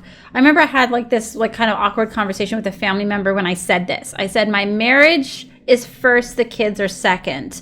And they couldn't believe it. They're like, how could you put your kids over your husband? Again, because feminism has ruled the day. Like the notion husband over kids. I'm sorry. Yeah. Husband over kids. Feminism has ruled the day. So this notion that your husband as a wife is more important as far as like the family structure than like the husband and then the kids, putting them on a priority. Like they could not believe that. Right. Which reminds me, the best thing a man can do for his kids is to treat his wife well, but not pander. Treat his wife, particularly if she's a very virtuous woman like Steph is, treat her beautifully, but not pander. Sometimes the kids just literally see me tell Steph, no, that's wrong. We're not going to be doing that. But usually, we joke often and we rib each other, but she's a smart woman. I listen to her a lot, and I'm not trying to like virtue signal with myself or my wife as the referent, but I'm confident that my kids, my 5 little girls and my 1 little boy, see me treat their mom well enough and take her ideas and suggestions in a non-token way often enough, because they're really smart and I value them, and I just think she's an interesting person. I'm more interested in her opinions than basically anyone's. So that happens often enough so that I can honestly be like, oh, that's a horrible idea. I'm not going to do that. But most of your ideas are excellent and I take them. And it's not any of the happy life, happy wife, synthetic crap. Where that's all nonsense. That's LARPing. It's lazy man, vicious man who's probably addicted to a pornography. Chivalry, LARPing. That kind of like saying "milady." It's just like ugh. and kids need to also see their mothers treating the father this way. Very, very important. I didn't have that growing up at all, and so that was something I really had to just really pay very close attention to, like in our own marriage and our own family life, that our kids are seeing that I will, take direction from my husband, also take correction from him. Also, like if I have a suggestion or whatever that he doesn't like, I'm not freaking out because he doesn't want to do what I want to do. All of these things, it's like I really wanted to, especially my girls, I want them to see that like, I love their father, I respect their father, and I'm not going to, do certain things or respond in a certain way that I saw growing up. That I really had a lot of bad notions that I had to overcome when we first got married about like exactly like how to take leadership, how to take direction, how to take correction. Yeah, and all of those responses that you saw, the negative responses, female responses, are geared toward creating a mindset of intimidation in the way that a woman can, like hell hath no fury. right? Like a scorned woman. It's like, no, you gotta be ready to just say, oh, I put this out there, but I am second in command of this family, and so I'm not going to get my suggestions heeded all the time. It's a really important thing for anyone who's not the captain of the ship to get used to. You have to ask yourself, young women, am I okay with that? Like, I think I'm smart. I think I have good ideas, but I don't get my suggestions heeded all the time, and I'm not throwing a fit when I don't. Because you're not the boss. And if you did have a job and an actual boss earlier in your life before you get married or whatever, would you do that to your boss? Right, which brings us to our last point, which is save your best for your spouse. Very, very, very important. Do not treat your friends or your parents or anybody else or your boss better than your spouse. Don't allow kid activities to rule the day, to ruin the sexiness of your little island you're creating together. You should be engaging in stuff with your kid. We do a lot of stuff just as a family with our kids. You can begin the flirtatious play part of the day when you're playing a family game of sorry, and you're kind of in dialogue with each other, and the kids are even laughing the way they like listening to their mom and dad talk back and forth. They might not understand the total sexiness of it as it's going on, but family activities are more important than kid activities. We're distinguishing here. Lots of family activities, fewer suburbanite bourgeois kid activities, because those cut up your day. They chew it up. They're boring. They're suburbanite. Some of them, if you're really into sports, with Gaby and basketball, we'll probably have to do that. But that's a big hit to the day, and it is a big hit to your idea of marriage first, kids second. You always have to have the dating mindset, and you should also set aside weekly routine times for a date. Right, exactly. That's very, very important too. I think, for us, like since we're kind of in a new area, we used to have kind of a network of people, other, Catholic families that we would kind of team up with. And every now and again, we would all kind of rotate out and like watch each other's kids so that the couple could go off and, really like spend some good quality time with each other without all the kids around. I think that's really important. You have to kind of keep like a boyfriend-girlfriend mentality in your marriage. And yeah, I mean, we have 6 kids. We know what it's like. You get bogged down with routine. You get bogged down with activity. I mean, I homeschool as well. So we don't even have a break during the day, like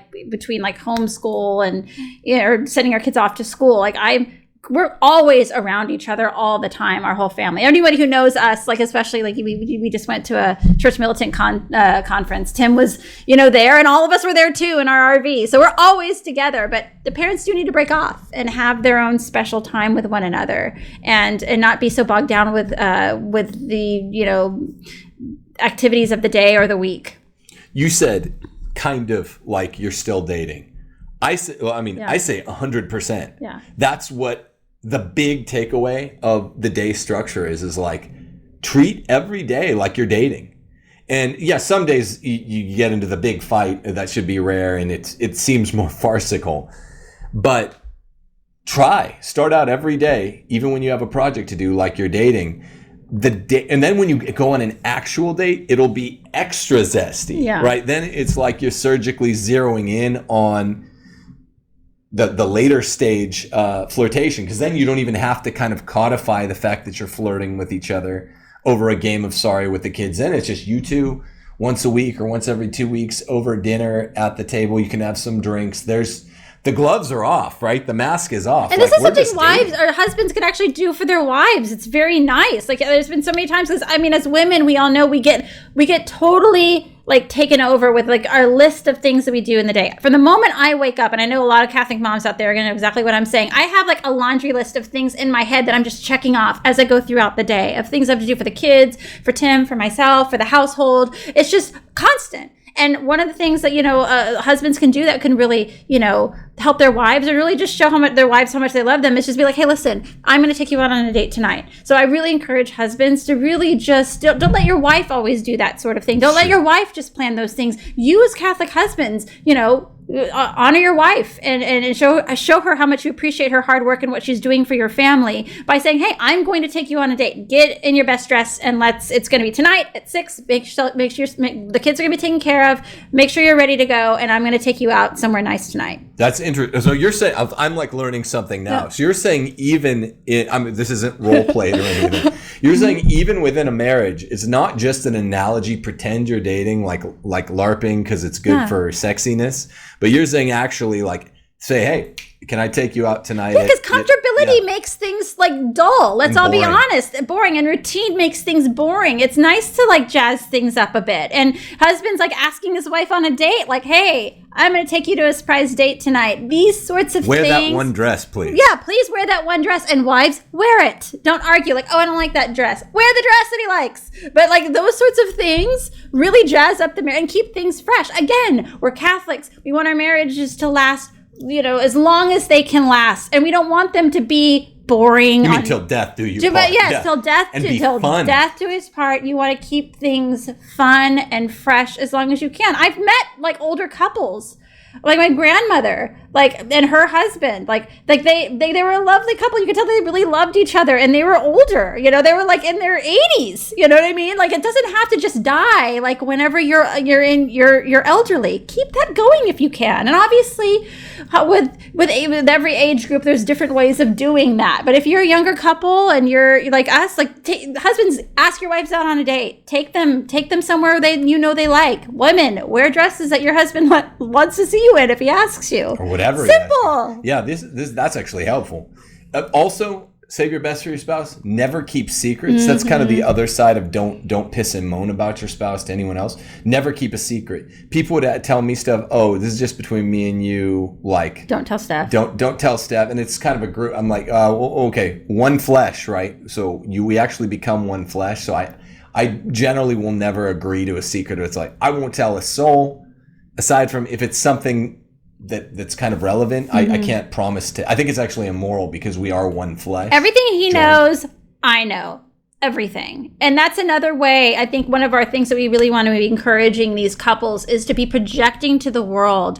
We are a unit. Us versus. And not in an aggressive way, necessarily, unless it calls for that. But just letting the world know that you are one flesh. And you take that very seriously. So, and there have been many times where people have come up to Tim or to me and said, oh, yeah, I'm going to tell you something, but just don't tell Tim. And I tell him right now, I'm not going to agree to do that. Yeah. Everything I know, he knows. Everything. Pull out all the stops. So let's close with this. Men, I'm going to give you a last bit of advice. You give women this last bit of advice. Pull out all the stops. Men, this sounds wrong and easily conflatable with something else, but treat your wives almost like some sleazy chick a sleazy guy is dating that he wants something from every day. And not in the sense that you'll pander to her or tell her you're a race car driver to get in the sack with her, the way sleazy guy and sleazy chicks meet at meat markets, but kind of like that. Right. I mean, kind of like that, except it's moral, it's good, it's beautiful, and it is heaven inducing. It literally makes it easier to get to heaven when you have the stronger bond with your spouse. So treat your wife, because women love that. You're not pandering to them, you're not whatever, but treat them like, look, you're beautiful. You could. This is where the older couples even intimate. We've only heard that they get into the role playing, you meet at a meat market. Do whatever it takes. Just treat your wife like you want something from her. And it'll keep it zesty and fresh, and therefore you don't have to fake the enthusiasm that so many religious people seem to be faking. That's what men should do. What should women do in closing? Now here comes my turn to, I guess, upset everyone. Let me just preface what I'm going to say here with this. We get a lot of emails and correspondences from men, good Catholic men, not cheating on their wives, not having a porn issue, none of that, that says, listen, how do I confront my wife about a weight issue, about certain things about her appearance, dressing, these sorts of things? Because, my wife, I love her very much, but, I'm a man, and I have different sorts of, what word am I looking for here? Inclinations than women do. Men are more physically driven, and that is just the truth. And anybody who wants to argue with me about that, feel free, but you're spinning your tires. Men are more physically driven than women are, and as far as like what they're looking for in beauty. Women typically are interested in like security, masculinity in a different way. But anyway, I digress. Men have been writing us lots of emails. How do we approach this topic? How do I approach this topic gently? Because I don't want to hurt my wife's feelings. Can I say something? Mm-hmm. I would say cardiologically. That's how you do it. Take her to a cardiologist. There are 3 basic body types, whatever, for all humans. But your cardiologist will tell you and your wife. Couples tend to work out together a lot or not a lot. Mm-hmm. And they're usually uniform, the same. Cardiologists tell you 50 minutes of exercise, of cardiovascular exercise, 6 days a week. I mean, literally. And let me just say this too. Like, I understand. Listen, I have 6 children, and I'm still trying to lose like my baby weight from my last one. I get it. I understand completely. I'm there. I've been there many times after having birthed 6 children. I understand that, weight fluctuates or whatever, but it is an important thing. You are, as a woman, you are trying to like keep your husband's attention all the time. Nobody wants to say this because people get upset. But people get upset because they know it's the truth. That's the thing. Like, that is the truth. When Tim went on Matt Fradd and kind of had that, that infamous talk where he was talking about how it is an important factor in marriage, people got upset. But guess what? It's the truth. It's the truth. And it's what your cardiologist says too. This is why I say there are 3 basic body types. If you are both working out, sweating for 45 to 50 minutes a day, 6 days a week, and you're still having a hard time losing the weight, okay, that's fine. You might be more endomorphic naturally. Most people, if you're working out that hard, which is what your heart and vascular health requires, you'll get at least attractive enough to be dangerous to your spouse. But if you're really, look at your caloric intake at that point. But at the very least, any young man I've ever had this conversation with, young, under 40, it's like, how do I address this with my wife? I always say cardiovascularly, and it's probably something for you too, but maybe not. You just say, okay, fine. All you can ask is at least meet the like American cardiological standard for exercise, and ask your wife to see to, or your husband, this goes the other way, to see to the nutritional standard for just don't go way over the caloric needs and exercise 45 minutes a day, and then you will look better. Obviously, if there's some sort of injury or something, because people will be like, well, I have like an issue. People love saying that. We're not talking about you're supposed to love your spouse if she's, in a wheelchair, in a coma, whatever happens, vegetative. Yeah. We're not But that's not vice. About this. That's not vice. Gluttony and not exercising are vices. So we're just encouraging people. We live in a land with an obesity epidemic, and even Catholics condone it, make excuses for it, and make vice into a virtue. If your wife is vegetative and gains weight and like can't even interact with you, of course you have a cross to bear then, and that's yours to bear. But it's not because of her vice; it's because she got in a horrific car accident. This is borrowing trouble when men won't address, or women won't address with men, though it's more common the other way around, the vice of gluttony and or sloth with regard to personal appearance, exercise, health. That's it. And then dress sexy. And everyone who's getting reasonably fit wants to dress as sexy as is moral. So do that, and you're gonna love it. It's gonna be a sexy island. It is. I can't emphasize enough how often we are getting like how these emails from men, good men that aren't like being jerks or like chauvinists or like, oh, you should love your wife no matter what she looks like, that type of stuff. Good men that are like, I love my wife. I am feeling, like frustration in a marriage. And as we know, when there's a frustration, lots of bad things come from that if something is not being addressed or taken care of, which is why we have all the griping spouses all across the nation about their wives or their husbands. When something is not being addressed, bad things come from that. The devil divides. That's the thing.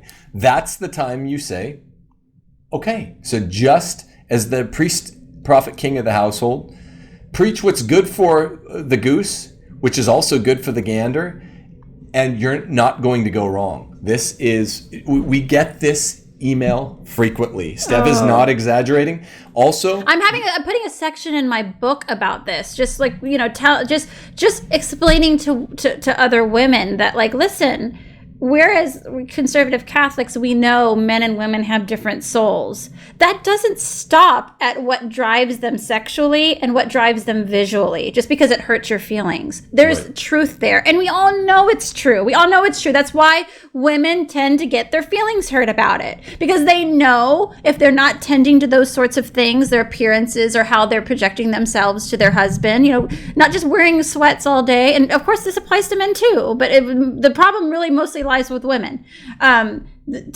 Keeping up with those sorts of appearances helps to drive a healthy marriage.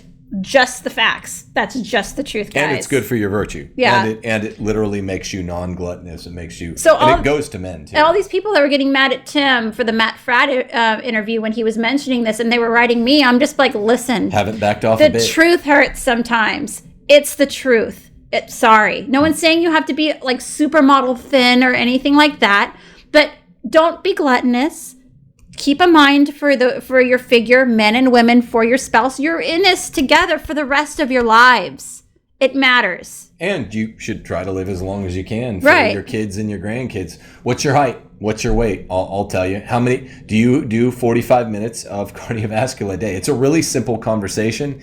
And yes, don't ever be mean about it. If your spouse is not meeting the standard, be kind, be a gentle lord. If you're the wife having to tell your husband, you're getting portly there, old buddy, be nice there too. Men have feelings as well. Yeah, how do you do that with a woman? Just sit her down and just say, listen, honey, I love you very much, but I really feel like we need to be paying more attention to our health. I want you around for the rest of our lives. I want you around for our grandchildren. And also, I want our marriage to be the best and most intimate that it can be. And she'll know what that means. Yeah. She'll know what that means. And set specific standards. Okay, we need the 45 minutes a day. And we can do a walk together, even if it's a fast walking with leg weights is incredible. For an hour, we'll burn 500 calories almost. Saving the best for your spouse does not mean just dressing up when there's company, when you're dressing up to go to work, being nice to your boss at work, but then griping at your husband. That means that he gets your best of everything. And sometimes it does take a long, hard look. I've done that so many times myself, and I'm not even that good at that, kind of like being like, what do I need to get better at to really keep this thing going as great as it can go? It's not all just the romance stuff. Sometimes it's even like, man, it's a natural inclination. Both of us were trying a little harder to just be conversational when guests are around. That's when I always think of it. I'm like, man, we're pretty conversational normally, but it's like when we have guests over for dinner and then after dinner, we're just chilling, eating a dessert and having a talk. It's like, this is really what we should be doing a lot of the nights after we put the kids in bed, is just talking. And so it's not just a girl-guy romance thing. It can also just be a roommate thing. Yeah. As roommates, you should keep talking to each other. Yeah, and even just like what you were talking about earlier about as far as like keeping up like your appearance and all those things. I've noticed like after I've had like our babies, I have C-sections each time, so I'm literally laid out for a good month afterwards. So it's really hard for me to even get up and move around. But even when I start, like, once I stop being like lazy about it and I'm like, oh gosh, I guess I've got to start like, looking after my health again, once I start and getting up and doing that and like really making like a routine of it, I just feel better about myself. I don't feel so like down in the doldrums. As women, we really do care quite a bit about like what our appearance is, what we look like and what we, how we present ourselves. That's not a bad thing. That's very feminine. Obviously, people can turn it, you can take it to extreme, and it could approach into vanity where you're in the gym like 90 hours a day or whatever. We're not talking about that. We're just saying be mindful of this, and do the best that you can do within your ability to do it. And final thought for the whole video: when you're turning over a leaf and you're like, we both need to start exercising, because like I said, most couples need to do it together. It's the perfect project-oriented playfulness. Back to number one. Yeah, after dinner, let's go for an hour, like a rigorous even walk. If you're both a little heavy set and you can't go for an hour run that night, go for a walk. And then you're sweating together. You're building endorphins together. It's fun to be outside of the house after dinner. You hear the crickets. And then you get home, you've worked up a little sweat together, you naturally have bonded, and it's just more romantic. I defy you to tell me that if you tried this together, like just like working out and really kind of paying more mind to that, if you're somebody who needs to do that, all of us have been. I've been that person many times in our marriage, each of the 6 pregnancies. But I defy you, like, to pay a mind to that you will not feel better, that you will not feel closer, that you will not feel like more like have pep in your step. I defy you to try it and see that. And all of this that we've said, this has been a long video, but it kind of needed to be, because marriage is a complicated issue, and it's just. Marriage in 2020 is a disaster across the board in this country and other countries. We care a lot about the Christian nuclear family, or the Christian nuclear family. And if we could do anything, if I could do anything on this earth to help to bring a husband and wife closer together and to walk together on their path to heaven, then I am all for it. Even if it means upsetting people, making people like, oh, I feel like you're judging me, all this stuff. Even if I've upset your sensibilities a little bit tonight, like, my goal here is to bring man and woman together in marriage and make Christian Catholic marriages the best that they can be. Thick as thieves. Most of the points people will look back on and be like, oh, I like that. I think 9 enumerated points. I think all of them young men who are prospective, that are looking at marriages thinking, what will mine eventually be like? Like, I like all that. I think a lot of the points young women prospectively looking at marriage will be like, I like that.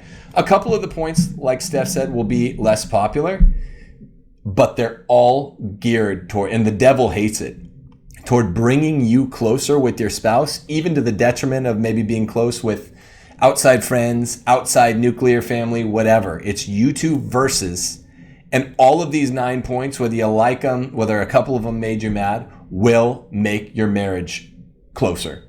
Mm-hmm. God bless you guys. Like us, subscribe, hit the bell, all that stuff. We'll be back later in the week, and God bless. And let us know if we made you mad in the comments. We'll hear. God bless you guys.